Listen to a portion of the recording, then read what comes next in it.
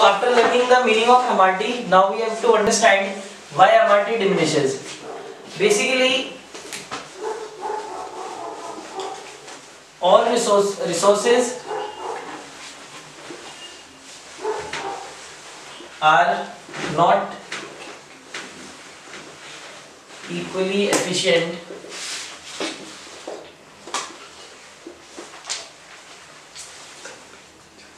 in production of all goods.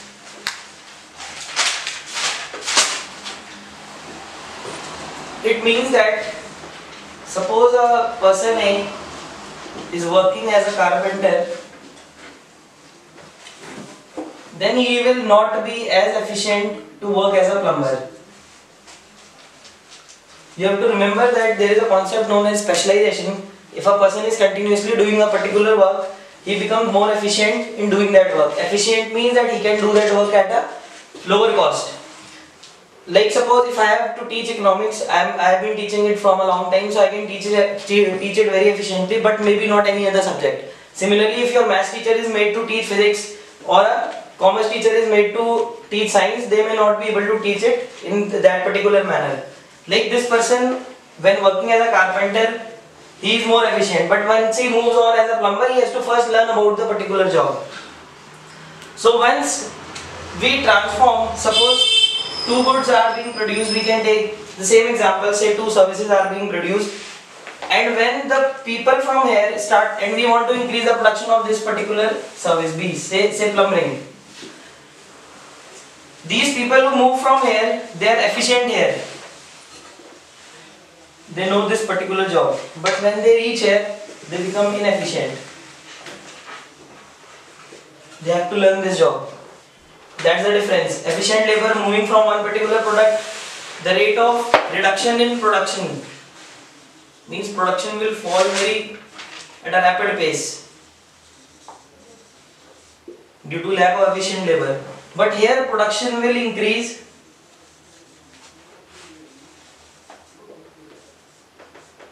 at slow rate, because the labor which is coming in is less efficient in this particular job or in this particular service or for producing this particular good. Remember, it can be any two goods. Say you can take wheat and a mobile phone. This is the basic reason why the MRT always rises, because you lose more production but you gain less production. Now this can also be explained with the help of a numerical or a schedule.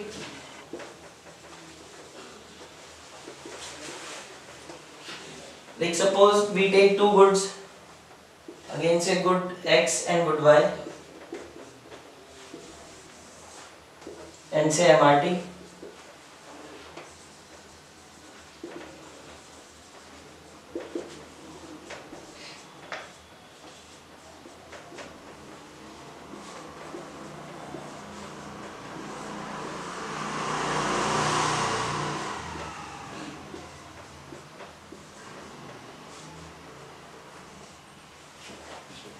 Right, this is the schedule which is representing us that the MRT rises at an increasing rate. You can see here X changes by 1 unit, 2 units are sacrificed, then for additional unit 3 units are sacrificed, 4 and then 5. Just to remind you, it's not a rocket science to make a schedule. In our previous lecture we have already done how to frame a schedule.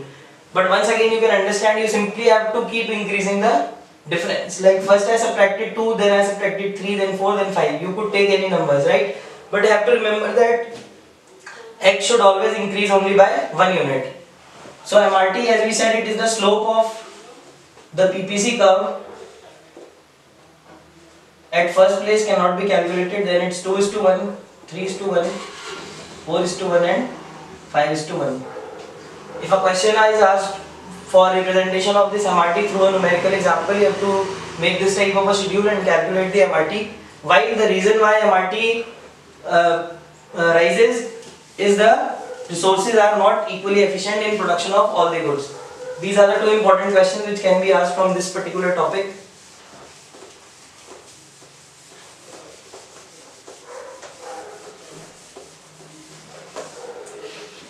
Next topic of our discussion is opportunity cost.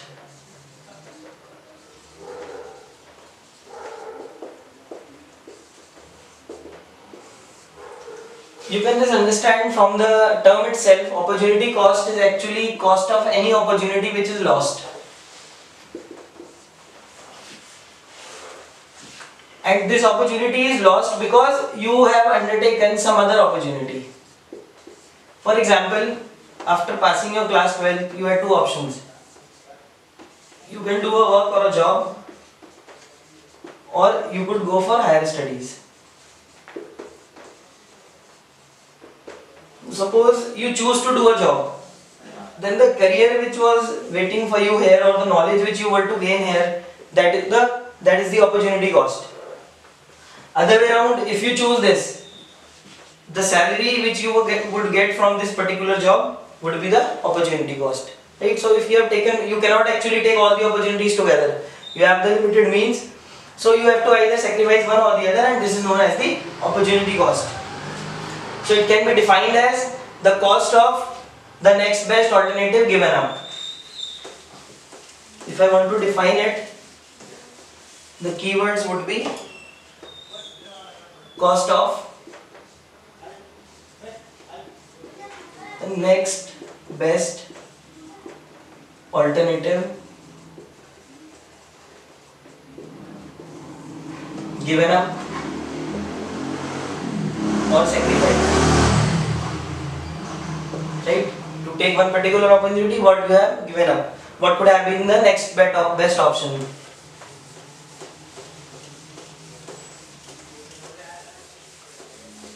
Then in context of PPC, when we talk about the opportunity cost, it is actually marginal opportunity cost, and it is nothing, it is same as MRT.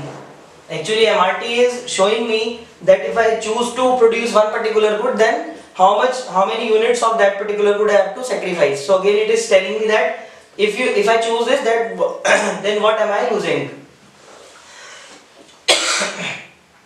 Basically MOC is in terms of money and MRT is in terms of the goods or the units of the commodity. That's the only difference. Otherwise both terms are same. So if you are asked to define MOC, you can always define MRT. You can say it is also equal to the MRT, this being the basic distinction.